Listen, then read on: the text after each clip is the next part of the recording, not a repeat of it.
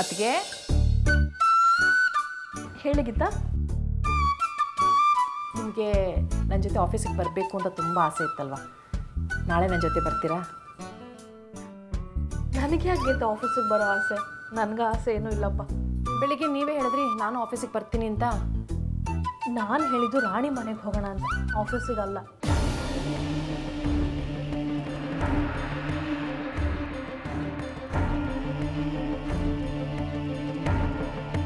ನಾನು ಹೇಳ್ತಿರೋದು ಅದೇ ಆಫೀಸ್ ಬಗ್ಗೆ. ಅದೇ ಆಫೀಸ್ಗೆ ಹೋಗೋಣ, ಬರ್ತೀರಾ? ಏನು ಹೇಳ್ತಿದ್ದೀರಾ ಗೀತಾ? ನಿಜನಾ? ನಿಜ ಅದಕ್ಕೆ.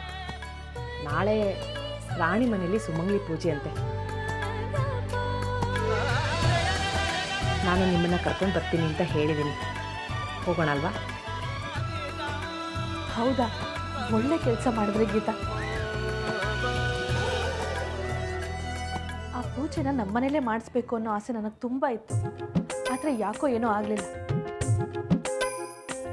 ಯಾಕೋ ರಾಣಿ ಮನೇಲಿ ಆಗ್ತಿದೆಯಲ್ಲ, ನನಗಂತೂ ತುಂಬ ಖುಷಿ ಆಗ್ತದೆ. ಆದರೆ ನಾಳೆ ನಾವು ಆಫೀಸ್ಗೆ ಹೋಗ್ತೀವಿ ಅಂತ ಸುಳ್ಳು ಹೇಳಿ ರಾಣಿ ಮನೆಗೆ ಹೋಗೋಕ್ಕಾಗಲ್ಲ. ಬೇರೆ ಏನಾದರೂ ಸುಳ್ಳು ಹೇಳಬೇಕು. ಗೀತಾ, ಹೇಗಿದ್ರು ರಾಣಿ ಮನೆಗೆ ಪೂಜೆಗೆ ತಾನೇ ಹೋಗ್ತಿದ್ದೀವಿ. ಯಾವುದೋ ದೇವಸ್ಥಾನದಲ್ಲಿ ಪೂಜೆ ಅಂತ ಸುಳ್ಳು ಹೇಳಿ ಹೊಟ್ಟೋಗೋಣ.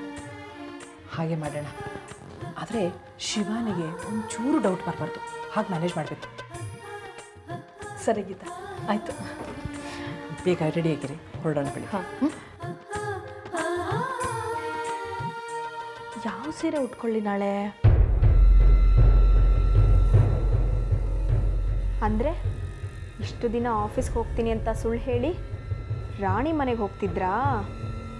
ಅದು ಅಲ್ಲದೆ ಸುಮಂಗಲಿ ಪೂಜೆ ಬೇರೆ ಇಟ್ಕೊಂಡಿದ್ಯಾ? ರಾಣಿ, ಅದು ಹೇಗೆ ಸುಮಂಗಲಿ ಪೂಜೆ ನಡೆಸ್ತೀಯೋ ನಾನು ನೋಡ್ತೀನಿ.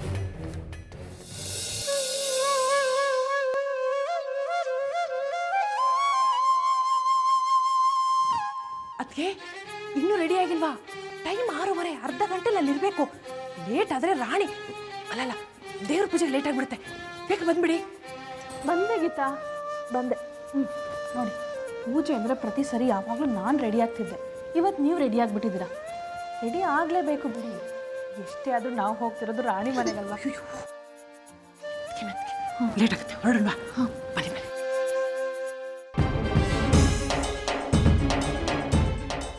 ಮೇಡಮ್, ಗೀತಾಂಜಲಿ ಅನ್ನೋರು ಬಂದಿದ್ದೀನಾ?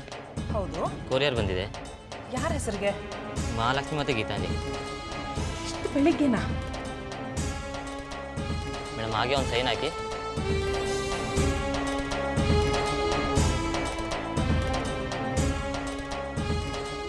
Okay, thanks madam. ಇಬ್ಬರ ಹೆಸರಿಗೂ ಕೊರಿಯರ್ ಬಂದಿದೆ. ಕಳಿಸಿದಾರ ಹೆಸರೇ ಇಲ್ಲ. ಗೀತಾ, ಓಪನ್ ಮಾಡಬೇಡಿ ಗೀತಾ. ನಿನ್ನೆ ರಾತ್ರಿ ತಾನೇ ಟಿ ವಿಲಿ ನೋಡಿದೆ. ಈ ಥರ ಕೊರಿಯರಲ್ಲಿ ಹಾವು ಕಳಿಸಿದಾರೆ ಗೊತ್ತಾ? ನೀವು ಮಾತ್ರ ಓಪನ್ ಮಾಡಬೇಡಿ. ಎಲ್ಲೋ ಯಾವುದೋ ಇನ್ಸಿಡೆಂಟ್ ನಡೆದಿದೆ ಅಂದರೆ ಅದು ನಮ್ಮ ಮನೇಲೂ ನಡಿಬೇಕಾ?